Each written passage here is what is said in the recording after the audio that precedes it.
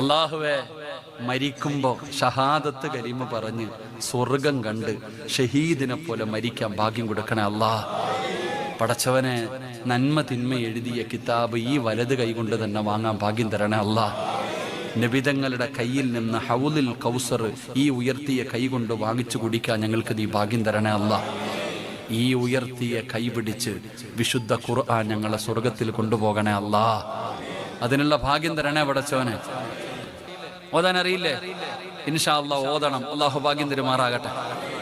ഇത് വെറുതെ ഓതിയാ നിങ്ങൾ രക്ഷപ്പെടില്ല. ഇതെങ്ങനെ ഓതണം?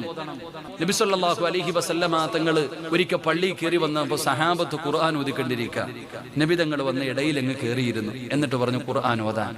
സഹാബി ചോദിച്ചു, ഏത് സൂറത്ത് ഓതണം നബിയെ? അപ്പൊ നബി തങ്ങൾ പറഞ്ഞു, ഈ അൽഹാഖു മുത്തകാസർ എന്ന് പറയുന്ന സൂറത്ത് ഓത്. അപ്പൊ ഈ സഹാബി ഓതാൻ തുടങ്ങി. ഈ സൂറത്ത് ഓതാൻ തുടങ്ങിയപ്പോ നബി തങ്ങൾ കരയാൻ തുടങ്ങി. അള്ളാന്റെ റസൂല് ഓതിക്കഴിഞ്ഞപ്പോ ചോദിച്ചു, നിങ്ങൾ ആരും എന്തേ കരയാത്തേന്ന് വെച്ച്.